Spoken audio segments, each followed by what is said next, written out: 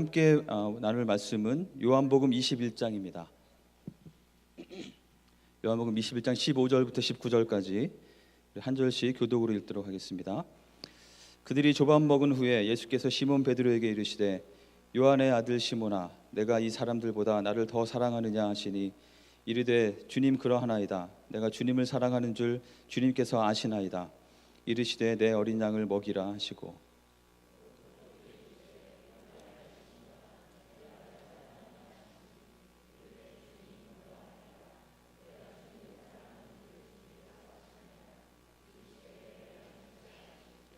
세 번째 이르시되 요한의 아들 시몬아 내가 나를 사랑하느냐 하시니 주께서 세 번째 내가 나를 사랑하느냐 하심으로 베드로가 근심하여 이르되 주님 모든 것을 아시오매 내가 주님을 사랑하는 줄을 주님께서 아시나이다. 예수께서 이르시되 내 양을 먹이라.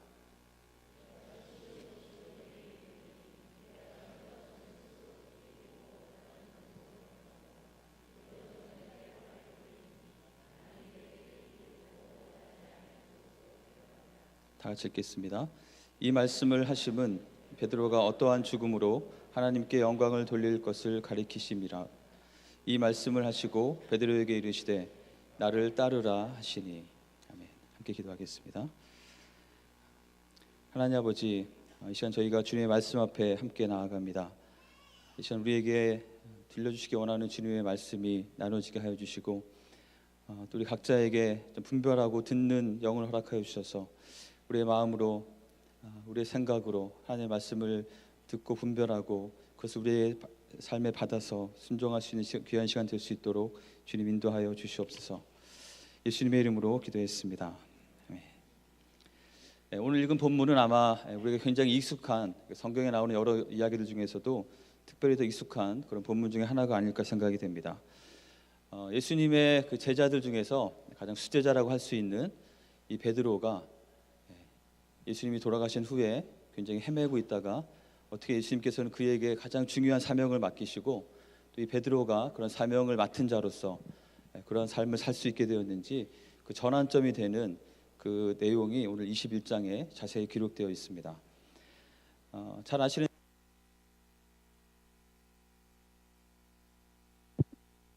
20장에서 살펴본 것처럼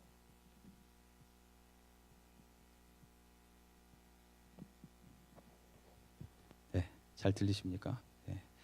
그리고 20장에서 살펴본 것처럼 부활하신 예수님은 마리아와 또 제자들을 한 명 한 명 찾아서 만나주시고 그들을 새롭게 하시고 그들에게 새로운 사명을 주시기 위해서 부활 후에 이 땅에서의 시간을 보내셨습니다. 이 베드로는 특별히 우리 20장에 보면 본인이 직접 그 무덤에 가서 예수님이 부활하시고 무덤이 비어있다는 사실을 직접 확인했고요. 또 예수님께서 제자들이 모여있는 곳에 가셨을 때 분명히 베드로도 그곳에 있으면서 예수님을 만났을 것입니다. 하지만 오늘 본문에 나오는 21장 전체의 시작을 보면 이 베드로가 어찌된 영문인지 갈릴리에 있는 디베랴 호숫가에 가서 다른 제자들과 함께 물고기를 잡고 있는 그런 모습을 볼 수 있습니다. 어떻게 보면 이 베드로는 부활하신 예수님을 만나고 예수님께서 부활하신 사실을 알고 굉장히 기뻐했지만 어떻게 보면 또 다른 한편으로는 자기 자신이 한 일이 있기 때문에 예수님을 배반하고 예수님을 저주하면서 배신했던 그 기억이 있기 때문에 아마도 자신이 어떻게 살아야 될지 좀 확실하지 않은 그런 모습이 있었을 것 같습니다. 또 부활하신 예수님께서는 옛날처럼 이렇게 항상 함께 다니신 것이 눈에 보이게 항상 함께 다니신 것이 아니기 때문에 아마도 이 베드로는 자신이 무엇을 해야 될지 그 사명을 잘 알지 못한 채 기다리던 중에 그냥 다른 제자들과 함께 물고기나 다시 잡으러 가자 하고 물고기를 잡으러 갔던 것 같습니다. 본문 우리 21장에 보시면 약 7명의 그 제자들의 이름이 나오는데요. 이 7명은 예전에 예수님께서 그들을 부르시면서 내가 너희를 더 이상 물고기를 잡는 어부가 아니라 하나님 나라를 위해서 사람들을 주님께로 인도하는 사람 낚는 어부로 삼겠다고 말씀하셨음에도 불구하고 이들은 다시 옛날로 돌아가서 물고기 잡는 어부의 모습으로 서 있는 것을 발견할 수 있습니다. 바로 그들을 향해서 예수님께서 찾아오셔서 이렇게 말씀하시죠. 우리 5절에 한번 보시면 예수님께서 날이 새도록 그 제자들이 다시 물고기를 잡으러 갔지만 물고기를 잡지 못했을 때 예수님께서 그들에게 얘들아 너에게 고기가 있느냐 이렇게 말씀하시는 것을 볼 수 있습니다. 우리의 삶의 순간순간 가운데 때로는 우리가 정말 주님이 어디 계신지 잘 알지 못하고 느끼지 못하고 있는 그 순간 가운데도 주님은 우리를 찾아오셔서 우리를 향해서 그런 친근한 호칭으로 얘들아 하고 불러주시는 것이죠. 때로는 주님께서 우리를 부르실 때 정말 우리를 격려하기 위해서 부르시기도 하고 또 어떤 때는 좀 정신 차려라 그런 의미로 우리를 부르시기도 하고 때로는 잘못한 것을 혼내기 위해서 부르실 수도 있겠죠. 하지만 분명한 것은 우리의 삶 가운데 찾아오시는 주님께서 우리를 부르시는 그 음성을 우리가 들을 때에 그 음성을 듣는 것부터 우리 삶의 새로운 변화와 새로운 전환점과 새로운 역사가 시작된다는 것입니다. 그래서 6절에 보시면은 예수님께서 말씀하신 대로 그들이 배 오른편에 그물을 던졌고 엄청 많은 물고기를 잡게 되었습니다. 바로 그 순간에 예수께서 사랑하시는 그 제자, 곧 이 요한복음을 기록한 요한은 바로 우리에게 말씀하신 분이 예수님이시라는 것을 알게 되었습니다. 그래서 그가 주님이시다 이렇게 외치자마자 그 말을 들은 베드로는 겉옷을 두르고는 바닷속으로 뛰어내려서 주님께로 열심히 수영을 해서 헤엄쳐서 가는 그런 모습을 볼 수 있습니다. 어떤 분은 이 장면을 보고 베드로는 분명히 침례교인이다 이렇게 말씀하시는 분도 있죠. 물만 보면 계속 뛰어드는 일을 반복했기 때문에 그렇죠. 8절에 보시면은 그 제자들과 예수님과의 거리가 약 50칸이라고 되어 있는데요. 이게 한 90m에서 100m 정도 되는 그런 거리입니다. 그 정도 멀리 떨어져 있을 때 떨어져 있음에도 불구하고 요한은 우리를 부르시는 분이 예수님이라는 것을 바로 알아차리게 됐고 베드로는 그 예수님이라는 것을 알자 예수님을 향해서 전심으로 헤엄쳐서 달려가는 그런 모습이 있었습니다.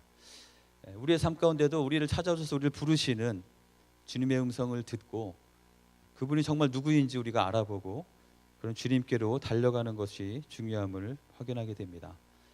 계속해서 이어지는 장면을 보면 제자들이 다 이제 그 물고기를 걷어서 육지에 도착했을 때 예수님께서는 아침상을 봐놓고 그들을 기다리고 계십니다. 숯불을 피워놓고요. 숯불에 생선도 굽고 우리 성경에 떡이라고 되어 있지만 아마 빵이었을 것 같습니다. 빵을 준비해서 맛있는 음식을 준비해서 피곤한 제자들을 대접해 주시는 그런 장면을 볼 수가 있습니다. 만약에 여러분이 그 식사 자리 가운데 있다면 그 식사 분위기가 어땠을까요? 어땠을 것 같으십니까? 평소 같으면은 이 제자들과 예수님이 아주 흥겹게 여러 가지 이야기를 나누면서 활기찬 분위기로 식사를 했을 텐데 여기에 있는 장면을 보면 자세하게 기록되어지 않아서 제가 정확히 말할 수는 없지만 왠지 좀 이렇게 차분하고 좀 이렇게 조용한 분위기에서 식사가 시작됐던 것 같습니다. 예수님께서는 일일이 제자들을 찾아다니면서 떡과 물고기를 이렇게 서빙해 주셨고 이 제자들은 그 예수님이 그분이 누구인지 너무나 잘 알기 때문에 또 자신들이 옛날에 했던 일들이 있기 때문에 또 미안함과 죄송함과 또 황송함을 가지고 특별히 이렇게 많은 말을 하기보다는 좀 조용한 분위기 가운데 식사가 진행이 되었던 것 같습니다. 그렇게 식사가 끝나고 나서 드디어 예수님께서 베드로를 부르시는 장면이 나오죠. 오늘 말씀 가운데 주님께서 우리를 부르시고 우리에게 사명을 주실 때 주님께서는 분명히 사명을 주시기 전에 확인하시는 것이 있습니다. 그것이 무엇인지 같이 좀 살펴보기 원하고요. 그 다음에 우리에게 사명을 주실 때는 과연 어떠한 관계로 어떠한 모습으로 우리가 그 사명을 받기를 원하시는지 그것을 살펴보고 마지막으로 그렇다면 우리에게 주어진 사명은 무엇인지를 오늘 본문 21장 가운데 같이 한번 확인해 보길 원합니다. 잘 아시는 대로 예수님께서는 식사가 끝나실 때쯤 됐을 때 베드로를 따로 부르셨습니다. 근데 베드로를 부르실 때 베드로야 이렇게 부르지 않으시고 요한의 아들 시몬아 이렇게 부르신 것을 우리가 좀 주목해 볼 필요가 있다고 생각이 됩니다. 이 베드로의 본명은 시몬입니다. 베드로는 원래 이름이 아니죠. 베드로는 예수님께서 시몬을 만나고 나서 장차 너를 반석처럼 삼을 것이고 너를 내 위에 내 믿음의 고백 위에 하나님의 교회를 세우겠다고 하시면서 주신 어떤 타이틀과 같은 직분과 같은 그런 이름이 베드로입니다. 바로 이 순간에 예수님께서는 그 베드로를 그 베드로라는 타이틀로 부르시기보다는 원래 이름대로 요한의 아들 패밀리 네임이겠죠. 시모나 퍼스트 네임 그의 이름 그대로 그 사람 자체로 부르시고 그를 대하시는 것을 볼 수가 있습니다. 우리가 주님 앞에 설 때 주님께서 우리에게 주신 여러 가지 사명과 또 우리가 맡은 책임감들이 많이 있을 것입니다. 그에 따르는 타이틀도 붙게 되고요. 하지만 그것보다도 더 중요한 것은 우리가 각자 개인으로서 주님 앞에 서고 주님과의 관계를 맺는 것이 중요하다는 사실입니다. 그리고 예수님께서 그렇게 요한의 아들 시몬아라고 부르시고 예수님께서 이런 질문을 하셨죠. 내가 이 사람들보다 나를 사랑하느냐. 아마 이 예수님께서 시몬을 딱 부르셨을 때 여러분이 시몬이라면 어떤 생각이 드셨을까요? 아마 이 베드로는 그 전부터 예수님께서 부활하신 것을 알았고 또 이제 식사를 대접해 주시고 하는 순간까지도 그의 마음에 떠나지 않는 한 장면이 있었을 것입니다. 그것은 바로 자신이 호언장담했지만 자신만은 절대로 주님을 버리지 않겠다고 호언장담했지만 한 소녀의 말 앞에 무참히 무너져서 자신의 생명을 보존하기 위해서 예수님을 부인할 뿐만 아니라 예수님을 저주하면서 난 절대로 그런 사람을 알지 못한다고 말했던, 특별히 누가복음에 보면은 그가 그렇게 부인했을 때 예수님과 눈이 마주치는 장면이 나오죠. 아마 이 베드로의 마음 가운데는 그때 그 예수님의 눈동자가 정말 잊혀지지 않았을 것입니다. 그래서 그것 때문에 과연 예수님 어떤 말씀하실지 조마조마하는 마음으로 듣고 있을 때 그런 베드로에게 예수님께서 하신 말씀은 바로 요한의 아들 시몬아 내가 나를 사랑하느냐라는 질문입니다. 예수님이 똑같은 질문을 3번이나 반복해서 하셨죠.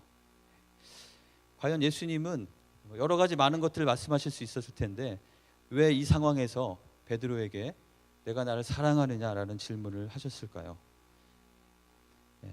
어떤 분들이 사랑하다는 말에 헬라어 단어를 가지고 여러 가지로 해석하기도 하는데 실제로는 그 사랑하다는 말에 아가파오와 필레오라는 단어들이 있는데요. 이것은 요한복음 안에서도 서로 동의어로 쓰이기 때문에 그것 어떤 한 단어의 의미에 치중하기보다는 이 전체적인 상황 가운데서 과연 예수님은 어떠한 시간을 갖기 원하셔서 이 베드로와 이런 질문을 하시고 3번이나 반복하면서 이 시간을 가지시는지 그 뜻을 좀 생각해 보면 좋을 것 같습니다.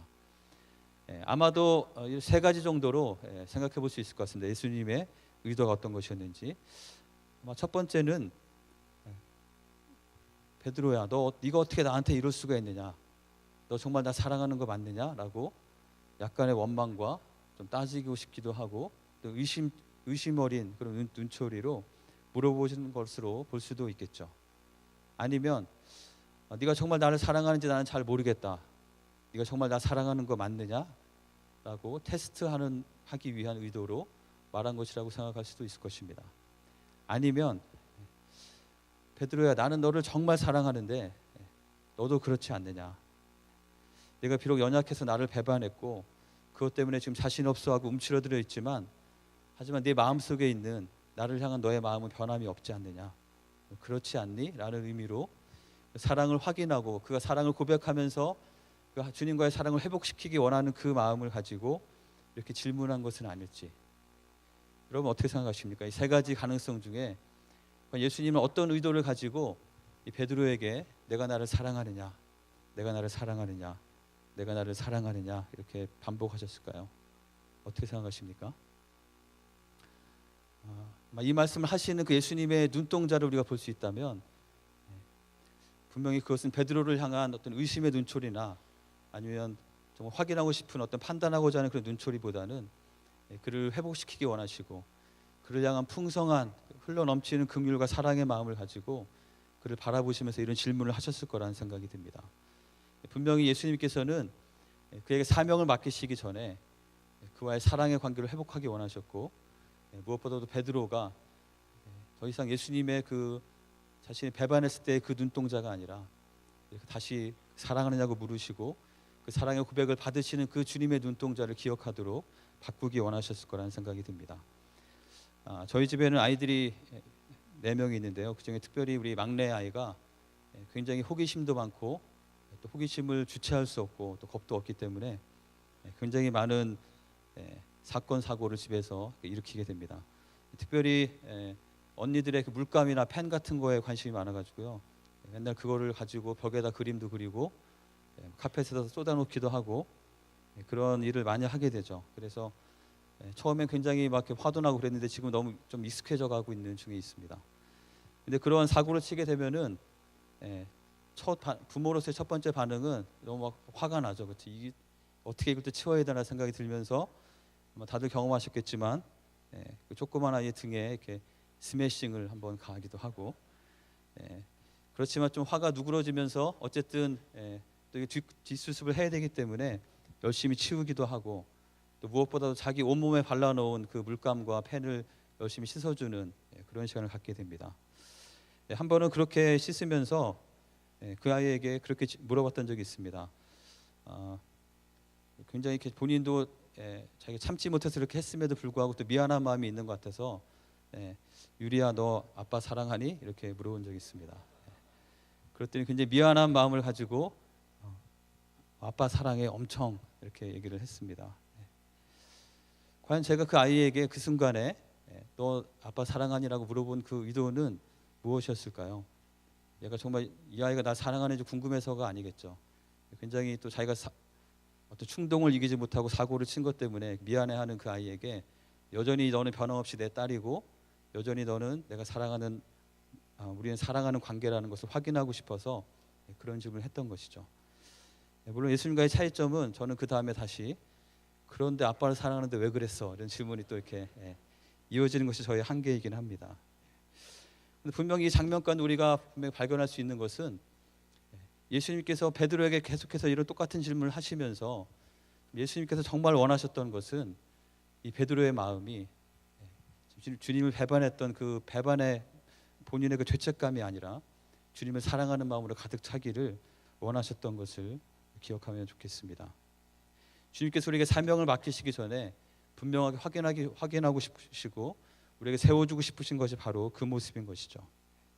바로 이 아침에 우리 각 사람을 향해서 찾아오셔서 우리의 이름을 부르시면서 동일한 질문을 던지시는 주님의 그 음성을 우리가 듣고 주님의 사랑을 확인하는 시간이 되면 좋겠습니다. 주님께서 우리를 찾아오셔서 원철아 너 나 사랑하니? 이렇게 물어보셨을 때 물론 우리 저 자신의 모습을 돌아본다면 여전히 부끄러운 모습이 많이 떠오르게 되죠. 정말 주님을 사랑하고 주님의 뜻대로 정말 살고 싶지만 그 앞에서 저는 앞으로 절대로 흔들림 없이 절대로 흐트러짐 없이 주님만을 사랑하면서 주님의 뜻대로만 살고 싶습니다라고 고백하고 싶지만 실제로 그렇게 할 수 없는 제 자신을 잘 알기 때문에 그 질문 앞에 주님 사랑합니다. 그렇지만 제 마음의 흔들림도 주님께서 아시고 저의 연약함도 다 아시는 주님 제 마음 아시지요? 라고 대답하게 되는 것 같습니다. 예수님께서는 그러한 베드로의 고백을 귀하게 받으시고 그 가운데 그에게 주님과의 사랑의 관계를 회복시키시면서 그에게 분명한 사명을 허락해 주십니다. 오늘 읽은 그 본문에 보면 예수님께서 3번 똑같이 사명을 반복해 주시죠. 그것은 바로 내 어린 양을 먹이라, 내 양을 치라, 내 양을 먹이라 이런 말씀입니다. 예수님께서는 단순히 일중심적으로 제자들에게 또는 우리에게 우리가 해야 될 일이 무엇인지 말씀하시고 그냥 던져주시는 방식으로 우리에게 사명을 맡기지 않으셨습니다. 예수님은 그보다는 먼저 우리를 향하신 주님의 구체적인 사랑의 희생들을 보여주시고 그 사랑의 관계를 명확히 세우시면서 그 관계의 근거에서 우리에게 사명을 허락해 주십니다. 사실 여기에 나오는 내 양을 먹이라라는 이 먹이라는 말은 명령문입니다. 말 그대로 부탁이 아니라 명령인 것이죠. 어떻게 보면 만왕의 왕이신 예수님께서 제자들에게 또 우리들에게 얼마든지 일방적으로 명령하실 수 있고 또 그렇게 명령하시는 것이 너무나 당연하다고 생각이 됩니다. 그럼에도 불구하고 제가 오늘 말씀의 제목을 사명으로의 초대라고 정한 이유는 그럼에도 불구하고 주님께서 우리에게 사명을 주실 때 단순히 어떤 일의 관계로 우리에게 명령을 던져주시고 너네가 이것을 이루어내라라고 하시기보다는 철저하게 사랑의 관계에 기반해서 우리에게 그것을 말씀하여 주시고 우리에게 그것을 주시기 때문에 어떻게 보면 이것이 명령보다는 우리를 향하신 주님의 초대라는 생각이 들었기 때문에 그렇게 제목을 정해봤습니다. 일단 과연 주님께서는 왜 이렇게 우리에게 일방적으로 명령하셔도 됨에도 불구하고 그렇게 우리에게 말씀해 주실까요? 그것은 주님께서 우리에게 기대하시는 것이 우리가 단순히 어떤 일을 해내는 것 그 자체보다도 그 과정 가운데 우리가 어떤 동기를 가지고 그 일을 하느냐를 더 중요하게 생각하시기 때문이라는 생각이 듭니다.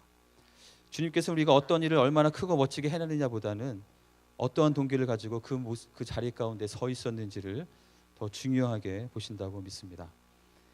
잘 아시는 대로 그 요한계시록에 보면은 예수님께서 7 교회에 보낸 편지의 내용들이 나옵니다. 그 중에 보면은 에베소 교회가 있는데요. 이 교회는 아주 주님을 위해서 굉장히 많은 일들을 했던 그런 교회입니다.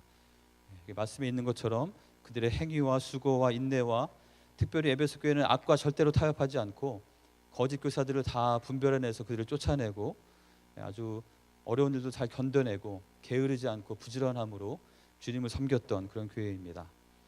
근데 예수님께서 이 교회를 향해서 하신 말씀은 네가 그런 굉장히 많은 좋은 일들을 많이 했음에도 불구하고 내가 처음 사랑을 버렸다고 책망하시고 있죠.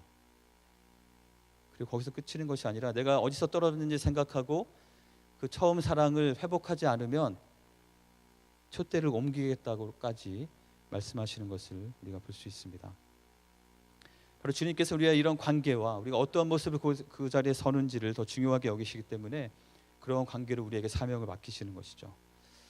저희가 요즘에는 우리 주부에 보시면 4인 사색이라는 광고란이 있습니다. 혹시 뭔지 아십니까? 수요일 예배 때마다 우리 전도사님들 4분이 각자 다른 색깔을 가지고 말씀을 전해주시고 있습니다. 지난주 수요일에는 우리 윤우람 전도사님이 마르다에 대한 이야기를 해주셨는데요. 여러분 그 마르다와 마리아의 이야기는 잘 아실 거라는 생각이 듭니다. 누가복음 10장에 나오는 내용인데요. 마르다가 막 바쁘게 예수님을 섬기다가 기쁨을 다 잃고 예수님께 불평하는 그 장면이 나오죠. 근데 이 전체 내용을 시작하기 전에 여기서 한 가지 꼭 중요한 것이 있는데요. 우리 38절 앞부분에 보시면 이 예수님을 이 마르다의 집으로 초대해 드린 사람이 다른 사람이 아니고 바로 마르다라는 사실이죠. 이 마르다가 처음에 예수님을 초대했을 때 그때 마르다의 심정이 어땠을지를 같이 한번 생각해 보면 좋을 것 같습니다. 분명히 그때 그 마르다의 심정은 너무나 설레고 기뻤겠죠. 만약 여러분이 예수님을 초대해서 예수님께서 스케줄을 다 조정하셔가지고 여러분의 집에 방문하기로 약속을 하신 겁니다. 그리고 여러분 집 앞에 오셔서 초인종을 누르고 문을 딱 열어드렸으니까 문을 집 안으로 딱 들어오실 때 그때 기분이 어떨까요? 너무나 기쁘고 드디어 예수님이 우리 집 안에 들어오신다는 그 설레임과 감사와 기쁨이 가득한 그런 순간이었을 것입니다. 그런데 예수님이 들어오시고 나서 이제 마르다가 예수님을 잘 섬기기 위해서 이것저것 막 찾아다니고 하다 보니까 그 마음이 분주해졌다고 기록되어 있습니다. 또 게다가 철없어 보이는 이 마리아는 이 바쁜 와중에 자신을 전혀 도와주지 않고 예수님 앞에 앉아 있는 모습을 보면서 또 마리아에 대한 또 불평한 마음들이 막 생기면서 이 마르다의 마음은 처음에 예수님을 초대할 때의 그 기쁨과 감사는 다 없어지고 분주함과 염려와 근심으로 가득 차 있는 그런 상태를 보게 되는 것이죠. 우리가 주님께서 주신 사명을 따라서 우리에게 맡겨주신 일들을 열심히 감당하고 헌신하는 일은 굉장히 중요합니다. 하지만 우리가 그 과정 가운데 우리의 마음의 중심이 주님과의 사랑의 관계에 충분히 놓여 있지 못할 때, 주님과의 그 관계가 충분히 그 가운데 머물지 못할 때, 때로는 우리는 처음에 시작할 때 그 기쁜 마음과 그 감사한 마음을 놓치게 되고, 또 어느 순간에 왜 다 놀고 나만 혼자 일하나 이런 생각도 하게 되고, 그로 인해서 주님을 모셔드렸음에도 불구하고, 주님이 우리 집 안에 계심에도 불구하고 주님이 주시는 평안을 누리지 못하는 그런 안타까운 상황에 빠질 수 있음을 우리 명심해야 되겠습니다. 주님께서 우리에게 명령으로 사명을 주시지 않고 이런 사랑의 관계로 사명을 주시는 이유는 바로 우리가 그 사명을 감당하는 데에도 동일하게 그 사랑의 관계에 기반해서 반응하는 것이 중요하기 때문에 그렇게 하신다고 믿습니다. 자, 그렇다면 과연 주님께서 우리에게 기대하시는 그 사명은 구체적으로 무엇을 말하는 것일까요? 오늘 본문에 보면은 내 양을 먹이라, 내 양을 치라라는 말씀이 나옵니다. 각 복음서는 예수님의 생애를 기록한 것이기 때문에 각 복음서의 마지막에는 예수님께서 승천하시기 직전에 제자들에게 부탁하신 말씀들이 나옵니다. 우리가 그것을 대위임령 또는 지상사명이라는 표현을 씁니다. 가장 중요한 예수님의 유언과도 같은 말씀이기 때문에 그렇죠. 그 내용은 잘 아시는 대로 모든 족속으로 세상 모든 곳에 가서 이런 구원의 복음의 메시지를 전하고 나누라는 그 말씀입니다. 모든 민족으로 제자를 삼으라는 말씀이 바로 그 내용이죠. 그런데 우리가 이 요한복음에 보면은 요한복음에는 예수님께서 승천하신 장면이 기록되어 있지 않기 때문에 마치 요한복음에는 그 대위임령이 빠져 있지 않나 이런 생각을 할 수 있는데, 오늘 이 말씀 가운데 나오는 예수님께서 어떻게 보면 요한복음에서는 베드로에게 개인적으로 그 대위임령의 말씀을 다른 표현이지만 같은 내용으로 주신 것을 볼 수가 있습니다. 그것은 바로 내 양을 먹이라. 주님께서는 우리를 주님의 양으로 삼으시고 우리의 목자가 되어 주시는데요, 요한복음 10장에 보시면 그것은 우리만이 아니고 우리 바깥에 있는 양들도 주님께서 구하기 원하셔서 그들을 인도하기 원하신다고 말씀하십니다. 바로 그 사명을 우리에게 맡기신 것이죠. 그래서 우리는 주님의 그 은혜와 사랑을 받은 자로서 그 복음의 소식을 들고 세상 바깥으로 나가는 것이 우리에게 주어진 사명입니다. 더 이상 이 땅에서의 삶이 전부가 아니고 영원한 하나님 나라가 있음을 알기 때문에 그 영원한 하나님 나라의 관점에서 세상을 바라보고 우리의 삶을 바라보며 사는 것이 필요합니다. 그렇기 때문에 우리의 입술의 증거를 통해서 또 우리의 삶의 증거를 통해서 우리가 언제 어디서든지 복음을 증거하면서 하나님 나라의 백성을 삼고 하나님 나라의 말씀의 은혜를 나누면서 또 그것을 공급하여서 사람들이 더 주님의 제자가 되어지고 하나님 나라의 일꾼으로 세워져서 하나님 나라의 확장을 위해서 함께 동역하기에 힘쓰는 것이 바로 우리에게 주어진 그 사명이라는 것이죠. 그렇다면 우리는 과연 이 사명을 어떻게 이루어갈 수 있을까요? 오늘 본문의 18절 19절의 내용을 주목해서 주의 깊게 살펴볼 필요가 있습니다. 같이 한번 읽어보겠습니다. 내가 진실로 진실로 내게 이르노니 내가 젊어서는 스스로 띠띠고 원하는 곳으로 다녔거니와 늙어서는 내 팔을 벌리리니 남이 내게 띠띠우고 원하지 아니하는 곳으로 데려가리라. 이 말씀을 하심은 베드로가 어떠한 죽음으로 하나님께 영광을 돌릴 것을 가리키심이로라. 이 말씀을 하시고 베드로에게 이르시되 나를 따르라 하시니. 만약 예수님께서 여러분에게 이 말씀을 주신다면 여러분은 어떠시겠습니까? 여기 보면은 내가 예전에는 지금까지 내가 원하는 대로 원하는 곳으로 가면서 내가 원하는 대로 사는 삶을 살았지만 이제는 이 사명을 받은 자로서 이 사명에 따라서 내가 죽음의 자리까지 갈 수 있다고 말씀하는 것이죠. 19절에 보면 아주 명확하게 말하고 있습니다. 그것은 바로 베드로가 어떠한 죽음으로 하나님께 영광 돌릴 것을 말하는 것이라고 얘기하고 있죠. 게다가 18절 시작을 보시면 예수님께서 네가 그럴 수도 있다라고 말하는 것이 아니라 진실로 진실로 내게 이르노니 너는 그렇게 죽을 것이다 라고 말하는 것이죠. 실제로 이 베드로는 기록에 의하면 네로 황제의 핍박 때 로마에서 십자가에 순교당한 것으로 되어 있습니다. 특별히 베드로는 자신이 예수님처럼 똑같이 십자가에 달리는 게 황송해서 자신을 거꾸로 십자가에 매달아 달라고 부탁해서 그렇게 순교했다고 기록되어 있습니다. 예수님께서 우리를 부르시고 우리의 사랑을 확인해 주시고 내 양을 먹이라까지는 우리가 잘 받겠는데 그 사명 때문에 너는 죽게 될 것이고 그 죽음으로 하나님께 영광을 돌릴 것이다. 잘 소화가 되시나요? 베드로에게 과연 이 말은 어떠한 의미로 들렸을까요? 먼저 우리가 이 말씀을 잘 이해하기 위해서 베드로에게 이런 말씀을 주신 그 주님이 어떤 분이신지를 우리가 분명히 기억하기를 원합니다. 고린도전서 15장 20절에 보시면 바로 예수님께서는 죽은 자 가운데서 부활하심으로 잠자는 자들의 첫 열매가 되셨다고 말씀하고 있습니다. 바로 이 말씀을 주시는 분은 부활의 주님이시죠. 죽음과 사망의 모든 권세를 다 깨뜨리고 승리하신 주님께서 이 베드로에게 사명을 주시고 그의 사명을 이루기 위해서 그의 삶이 어떻게 드려져야 될지에 대해서 말씀하고 있는 것입니다. 많은 사람들은 죽음을 두려워하면서 살고 있습니다. 주님께서 우리 이 땅 가운데 하신 주님의 사명을, 주님의 사역을 묘사할 때 히브리서에 보면은 죽기를 무서워함으로 한평생 매어 종로로 타는 모든 자들을 놓아주려 하심이라고 말하고 있습니다. 우리가 부활의 주님을 믿기 때문에 우리 가운데 있는 분명한 변화는 더 이상 우리가 죽음을 두려워할 필요가 없다는 것이죠. 더 이상 우리가 죽음의 공포 가운데 그것에 의해서 더 죽지 않으려고 마치 베드로가 그랬던 것처럼 죽음의 공포 때문에 예수님을 부인하면서 사는 그런 삶이 아니라 부활하신 주님께서 우리와 함께 하시기 때문에, 부활하신 주님을 우리가 믿기 때문에 죽음의 두려움과 관계없이 하나님께서 우리에게 주신 사명에 충실하게 살 수 있다고 말씀하고 있는 것이죠. 또 어떻게 보면 이 베드로에게 있어서는 이 말씀은 그에게 저주라기보다는 축복과 같은 그런 예언의 말씀이었을 것입니다.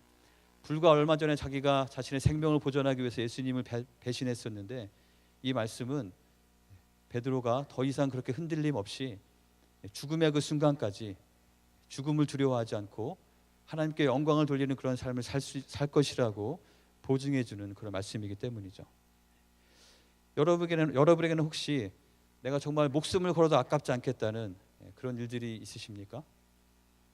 우리가 인생을 살아가면서 정말 이 일을 위해서는 내가 목숨을 걸어도 아깝지 않겠다라는 일을 분명히 찾을 수 있다면 그 인생은 굉장히 행복한 인생이라고 말할 수 있을 것입니다. 이 베드로에게 주신 그 사명은 그가 그의 죽음까지도 기꺼이 드릴 수 있을 만큼 목숨을 걸어도 아깝지 않은 그런 사명이 주어진 것이고, 그가 더 이상 다시 디베라 바다에 가서 물고기를 잡을 필요 없이 그의 남은 모든 시간들을 하나님께서 주신 그 사명을 향해서 집중해서 나갈 수 있게 해주신 것이죠. 그리고 그렇게 하기 위해서 주님께서는 19절 끝에 보시면 너는 나를 따르라라고 말씀을 하십니다. 이 성경이 기록된 헬라어에서 특별히 명령문의 시제들이 중요한데요. 현재 시제로 되어 있는 명령문은 그것을 한 번만 순종하는 것이 아니라 계속해서 그렇게 해야 될 것에 대해서 가르칠 때 현재 시제의 명령문을 쓰게 됩니다. 바로 여기에 있는 나를 따르라라는 말씀이 그 시제로 되어 있죠. 이것은 어떤 결정적인 순간에 한 번 주님을 딱 따르고 끝나는 것이 아니라 그가 주님 앞에 서는 그 순간까지 매일매일 매 순간 가운데 주님을 따르는 삶을 살라고 말씀하고 있는 것입니다. 주님께서는 깊은 사랑의 관계 가운데 방황하던 베드로에게 분명한 목표와 비전을 주시고 붙잡고 살 수 있는 사명을 허락해 주셨습니다. 그래서 정말 그것을 위해서라면 자신의 생명을 드려도 아깝지 않을 만큼 그런 분명한 목표를 주신 것이죠. 그리고 그것을 이루기 위해서 매일매일 순간순간 주님을 따르는 삶을 살라고 말씀하고 있는 것입니다. 어쩌면 우리가 어떤 긴박한 상황에서 한번 죽음으로 드려지는 그 순교보다 매일매일 나의 자아를 죽이고 나의 뜻을 꺾고 하나님의 뜻을 받들면서 주님께서 말씀하신 그 말씀을 지키기 위해서 몸부림치면서 살아가는 그 순교가 더 어렵고 더 귀할 수도 있을 것입니다. 그렇다면 주님을 따르라고 하셨는데 주님을 따른다는 것은 구체적으로 어떤 것일까요? 바로 예수님께서 이 땅에 오신 목적이 무엇인지를 말씀하신 것을 기억하면 주님을 따르는 우리의 삶의 모습이 어떠해야 될지 알 수 있을 것입니다. 주님이 이 땅에 오셔서 인자가 온 것은 잃어버린 자를 찾아 구원하려 함이니라고 말씀하셨습니다.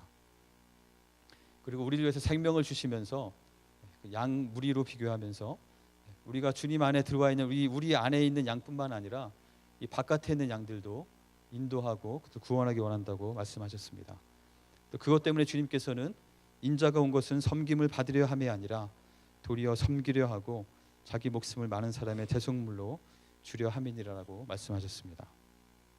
이것이 바로 주님께서 사셨던 삶이고 우리가 따라야 될 그 삶의 모습인 것이죠. 물론 우리가 우리의 힘으로 누군가를 구원할 수는 없습니다. 하지만 구원이 필요한 잃어버린 영혼들을 향해서 가지고 계신 주님의 그 마음을 함께 품고 그들을 주님께로 인도하기 위한 일은 우리가 할 수 있죠.